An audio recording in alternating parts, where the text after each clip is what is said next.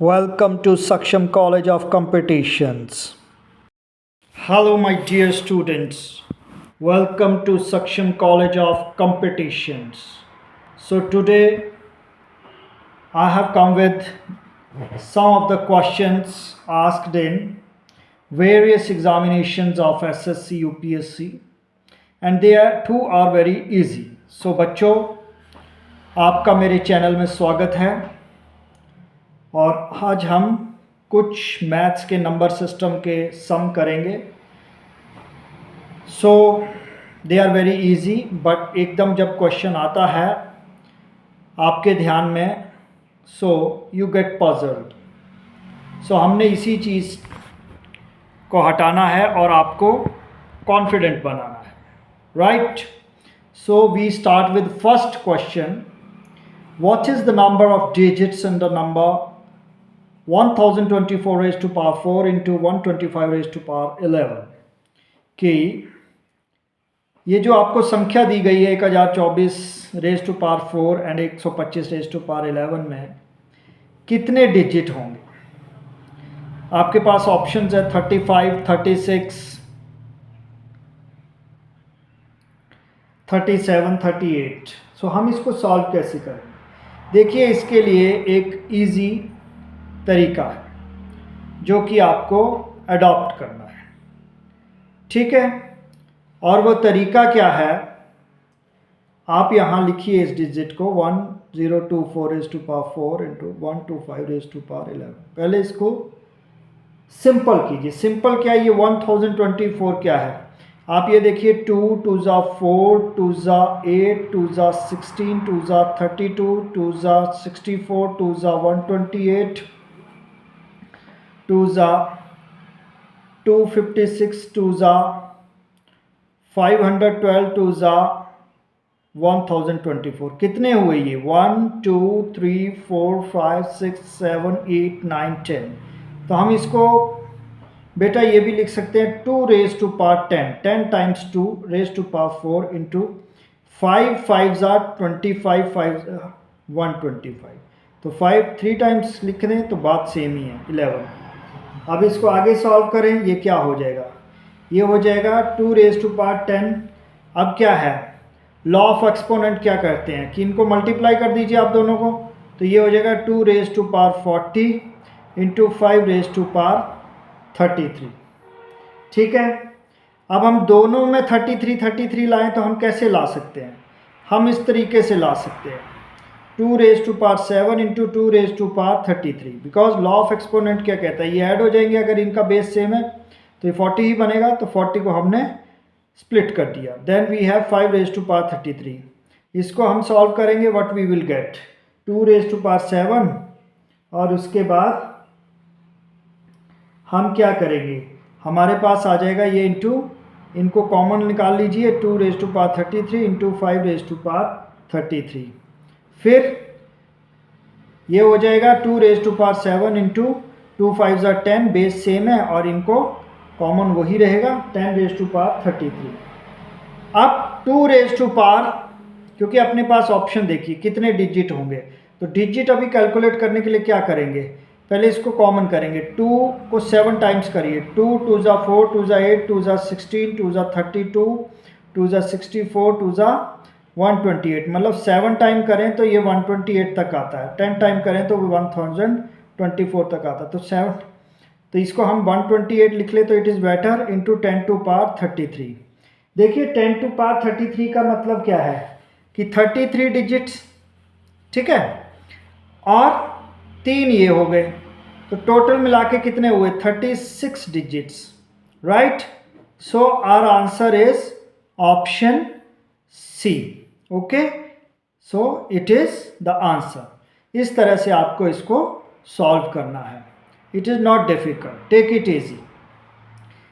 Now we come to next question. उस पर चलते हैं.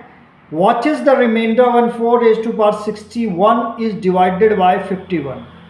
तो रिमाइंडर क्या रहेगा जब हम 4 रेज टू पावर 61 को 55 से डिवाइड करें? तो स्टूडेंट्स, हम इस क्वेश्चन को बड़ा मज़ेदार तरीके से करेंगे. ऑप्शन है 20, 41, 50, नन. क्या करेंगे? Write down 4 raise to power 61 अगर इसको सॉल्व करें तो ये 4 इंटू 4⁻60, तो बात तो सेम ही, मतलब ये 4⁻1 है, ऐड कर दो 61 ही हो जाता है। अब अगर हम इसको भी सॉल्व करें आगे तो ये क्या बन जाएगा, ये बन जाएगा 4⁻4 एंड 15 4 जा 60। तो ये हम इसको इस तरीके से भी कर सकते हैं, ठीक है। अब आपको पता होना चाहिए एक लॉ है, और वो लॉ क्या है, लॉ कहता है कि when x⁻n minus a⁻n is divisible by x minus a for all values of n की जितनी भी ये n की वैल्यू हों, अगर ये ऐसे है तो ये x माइनस a से डिवाइड हो जाएगा।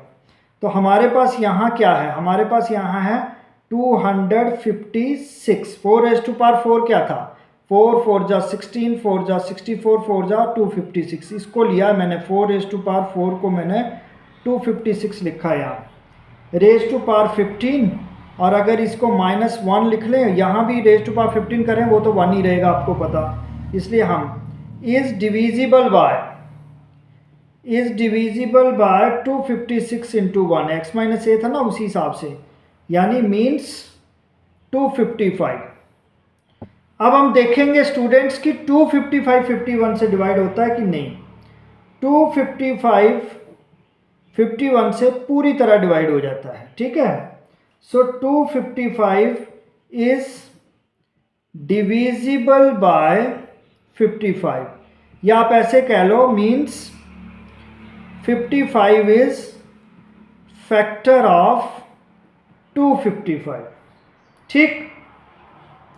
अब 255 है तो मान लो नंबर क्या था हमारे पास ऑलरेडी, 256 था ना, एक्चुअली नंबर तो 256 है 4⁻4, तो 256, ठीक है। आप लिख सकते हैं on dividing 256⁻15 by 51 we get 1 as remainder, तो 1 हमारे पास रिमाइंडर रहेगा, ठीक है। अब ये तो था जो 4⁻60 था, तो एक 4 और भी बचा हुआ है हमारे पास, ठीक है।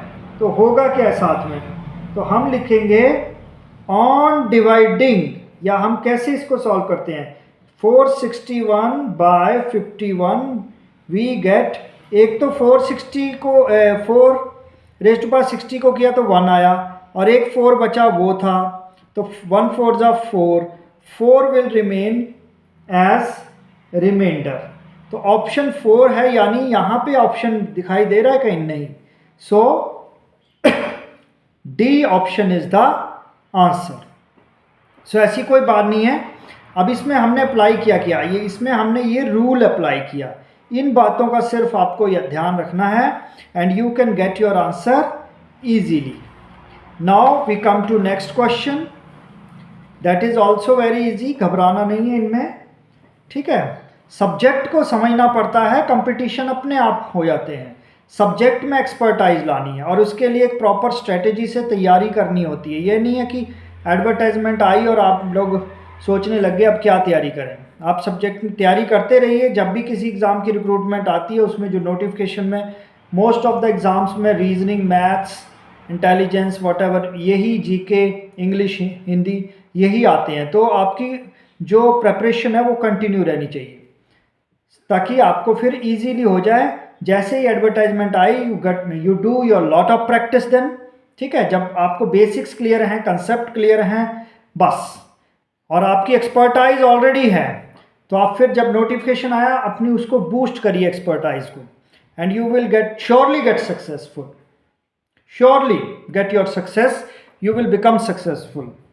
The remainder when 15 raised to power 23 plus 23 raised to power 23 is divided by 19 is, जब इस वैल्यू को हम 19 से डिवाइड करेंगे तो हमारे पास रिमाइंडर क्या आएगा, दिस इज द क्वेश्चन। तो हम इसको क्या करते हैं, यहाँ भी एक लॉ है, यहाँ भी एक थ्योरम है, वो क्या बताती है, वो हमें ये कहती है x raise to power n plus a raise to power n, means देखिए पावर सेम है जैसे यहाँ थी, बेस डिफरेंट है, बेस डिफरेंट है दोनों। Is divisible by x plus a when n is odd। So student n is odd, यहाँ भी n ऑड है, 23 ऑड नंबर है। सो यहाँ क्या हो जाएगा फिर 15 raise to power 23 plus 23 raise to power 23 is divisible by, क्या हो जाएगा अगर ऊपर वाले रूल को अप्लाई करें, 15 प्लस 23 यानी 38। ठीक है, अब 38 से अगर डिविजिबल है, if any number is divisible by 38 तो हम कह सकते हैं we can say it is also divisible by its factor. तो फैक्टर क्या है 38 का, 19, 38 टू जा 38, 19 टू जा 38, 19 जो है फैक्टर है। सो it is also divisible bye 19। तो अगर डिविजिबल हो जाता है 19 से तो रिमाइंडर क्या रहेगा भाई, जब डिवाइड ही हो गया तो रिमाइंडर विल बी 0। ठीक है, सो हमारा आंसर इस केस में क्या हो जाएगा, option A. Now come to next question. 9 raise to power 6 plus 1 when divided by 8 would leave a remainder of। जब हम 9 रेज टू पावर 6 प्लस 1 को 8 से डिवाइड देंगे तो क्या रिमाइंडर रह जाएगा। So it is also very interesting. यहाँ भी वही एक थ्योरम अप्लाई होगी, वहाँ क्या था प्लस में, अब आएगा माइनस में, और थोड़ा सा लॉ में चेंज आएगा। वो क्या है कि x raise to power n minus a raise to power n, देखिए बेसिस डिफरेंट है, पावर सेम है और माइनस में है, यहाँ सब्ट्रैक्शन है वहाँ एडिशन था, is divisible by x minus a for all, वहाँ था ऑड होना चाहिए n, यहाँ है for all values of n। So यहाँ क्या भी 9 raise to power 6 plus 1 raise to power 6 लिख लो, तो ये किससे डिविजिबल हो जाएगी, इज डिविजिबल बाय, देखना है आपको किससे डिविजिबल हो जाएगी, 9 माइनस 1। ठीक है, तो 9 raise to power 6 minus 1 is divisible by, लिख सकते हैं हम 8। ठीक है, और अगर 8 से हो जाती है बट ऑन डिवाइडिंग, आप क्या लिखोगे, on dividing 9 raise to power 6 plus 1 by 8, ये तो माइनस था ना, हमारे पास प्लस है तो प्लस करेंगे तो 1 माइनस का 1 प्लस का तो 2 हो जाएगा, divisible by 8 we get 2 as remainder, क्योंकि वो तो बच ही जाएगा, फिर वो माइनस में हो रहा था प्लस में। ठीक है, but when 9 raise to power 6 plus 1 is divided by 8 we get 2 as remainder. So 2 option में कहाँ है 2, सी एज द आंसर। ठीक है, ये बात का ध्यान रखना, या माइनस है ये प्लस था, तो प्लस में तो वो -1 का डिफरेंस था और एक +1 में आए 2 1 का डिफरेंस आ गया ना, इस तरीके से समझा करो। तो ये हो गया 2। ठीक है, so they are very easy, आपको इनसे घबराना नहीं है। Now we come to next question, that is our 5th question. चलो स्टूडेंट्स देखते हैं अब 5th क्वेश्चन कैसा है। If m equals to -4 n equals to -2 then the value of m cube minus 3m square plus 3m plus 3n plus 3n square plus 3n3 equals। यहाँ पे बेटा लोग आपकी एक्सपर्टाइज काम करेगी सब्ट्रैक्शन एडिशन की, कि आप कितना फास्ट करते हो। आप कुछ मत करो, वैल्यूज लिख दो, -4 raise to power cube minus, ये नीचे क्या है n की क्या m की वैल्यू लिखते जाएंगे -3 और m की वैल्यू क्या थी -4⁻² प्लस 3 और -4। बस देख लीजिए आपके प्लस माइनस में फ़र्क पड़ेगा और यहीं से आंसर में डिफरेंस आ जाएगा, इसलिए एक्यूरेटली करना है आपको। +3 और n की क्या वैल्यू है -2 प्लस 3 -2 का स्क्वायर प्लस -2 का क्यूब, क्योंकि यहाँ n का क्यूब है। अब प्लस माइनस जो जहाँ लगे थे मैंने वो वैल्यू वैसे डाल दी और जो उनकी वैल्यू थी वो वैसे लिख दी माइनस माइनस प्लस में। अब क्या करेंगे स्टूडेंट, यहाँ देखिए 4 4 जा 16 4 जा 64, minus minus plus minus minus -64, ये माइनस है ये भी माइनस है, ये माइनस माइनस क्या हो जाएगा प्लस, तो प्लस हो गया 4 4 जा 16, बट ये माइनस में है, प्लस माइनस माइनस और 16 3 जा 48 माइनस में आएगा। फिर प्लस माइनस माइनस तो यहाँ पे भी -12 आएगा, फिर माइनस प्लस माइनस माइनस ये -6 आएगा, फिर यहाँ पे माइनस माइनस प्लस और प्लस प्लस, तो ये 2 2 जा 4 और ये प्लस में होगा, ये भी प्लस में, 4 3 जा 12 प्लस में। फिर यहाँ पे ये 2 2 जा 4 2 जा 8 और माइनस में आएगा क्योंकि plus plus minus minus plus and plus minus minus, तो ये 8 है, ये -8 में आएगा। ठीक है स्टूडेंट्स, बस यही आपने ध्यान रखना है, प्लस माइनस का आंसर इक्वलेटली आ जाएगा। अब ये देखो -12 प्लस 12 तो वैसे ही कट गए भाई, बाकी सारे माइनस में हैं तो कर लो ऐड और सिंबल माइनस का चलेगा। ठीक है, ये टोटल मिला के आपके पास आया 60 40 100 112 120 126 -126, यानी option C is your correct answer. So ये बेसिक्स चीज़ें होती हैं, इनसे घबराना नहीं है, दे आर वेरी इजी। ठीक है students, now we come to next question. Question is how many numbers less than 1000 are multiples of both 10 and 30। भाई इसको करने के लिए आपने करना क्या है, pहले आप ऐसा करिए कि आप लिखिए required number of multiples of,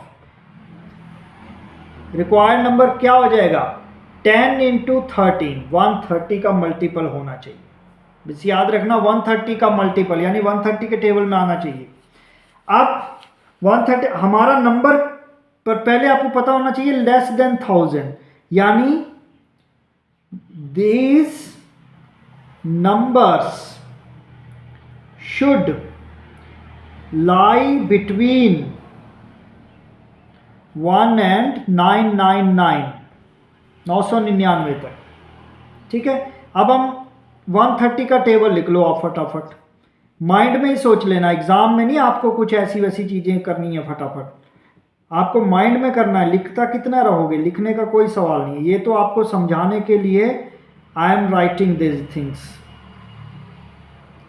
8 13 28, देखिए 131 जा 130, 132 जा 260, 13 का टेबल लिख दीजिए, एकदम आपके पास सब कुछ आ जाएगा। 520 650 780 910 1024, ये देखो ये तो ऊपर ही हो गई वैल्यू, ये तो आएगी नहीं, बाकी बची ये कितनी है टोटल 1 2 3 4 5 6 7 वैल्यूज़ है भाई।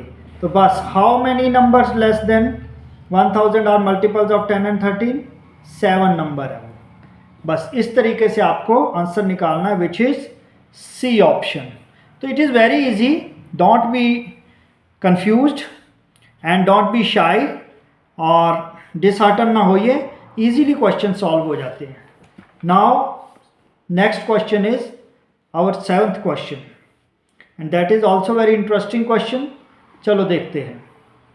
The last digit in the decimal representation of 1/5⁻2000 is, last digit क्या होगी जब इसका डेसिमल रिप्रेजेंटेशन किया जाएगा, तो वो आंसर कैसे निकलेगा। इट इज़ वेरी इजी, देखिए 1/5 अपने आप में क्या है, अगर 1 को आप 5 से डिवाइड करें तो ये 0.2 है, समझ गए, और 0.2 की पावर को 2000 किया गया है। सो अब आप देखो कि जैसे last digit of 0.2 raise to power 2000 क्या हो जाएगा, ये हो जाएगा last digit of 0.2 raise to power 4, उसकी हो जाएगी बस, क्योंकि ये 4 का मल्टीपल है, याद रखिएगा। अब क्या करेंगे हम लिखेंगे 0.2 इंटू 0.2 इंटू 0.2 इंटू 0.2 लास्ट। अब ये क्या, 2 2 ज़ा 4 2 ज़ा 8 2 ज़ा 16 और 4 के बाद डेसिमल आएगा, तो ऐसे आया ये लास्ट डिजिट क्या आई 6। So your answer should be 6। ये तरीका याद रखिए, दिस इज द ट्रिक, फटाफट आपको अगर सॉल्व करना है। सो ये it's very easy. Next question dear students, it is the unit digit of 13 raise to power 2003 is. देखिए भाई 13 के वैसे भी 3 को ही मैटर करेंगे, यही हमारे लिए मेन पॉइंट है जब हम यूनिट डिजिट निकालेंगे। तो 3 रेज टू पावर 4 क्या हो जाता है, गिव्स यूनिट डिजिट 3 3 ज़ा 4 3 ज़ा 3 3 ज़ा 9 3 ज़ा 27 3 ज़ा 81, तो उसमें भी 1 आया यूनिट डिजिट। ठीक है, इसी तरह 3 raise to power 4 raise to power 500 हो जाए तब भी यूनिट डिजिट याद रखिएगा 1 ही रहता है। ठीक है, अब बाय चांस हमारे पास ये 3 है भाई, ये तो चलो 500 का मल्टीपल है तो 2000 में भी 1 ही रहेगा। 3 रेज टू पावर क्या, ये 2000 है मिला के, तो ये भी वही। अब बचा 3, तो 3 रेज टू पावर 3 का यूनिट डिजिट क्या होगा, 3 3 ज़ा 9 3 ज़ा 27, तो 7 आया। ठीक है, इस तरीके से एक डिजिट आ रहा है 2000 पे 1, ठीक है, और उस पे 7, और 1 इंटू 7 7 होगा, तो हमारा यूनिट डिजिट क्या होगा, 7 is the answer. C option is the answer.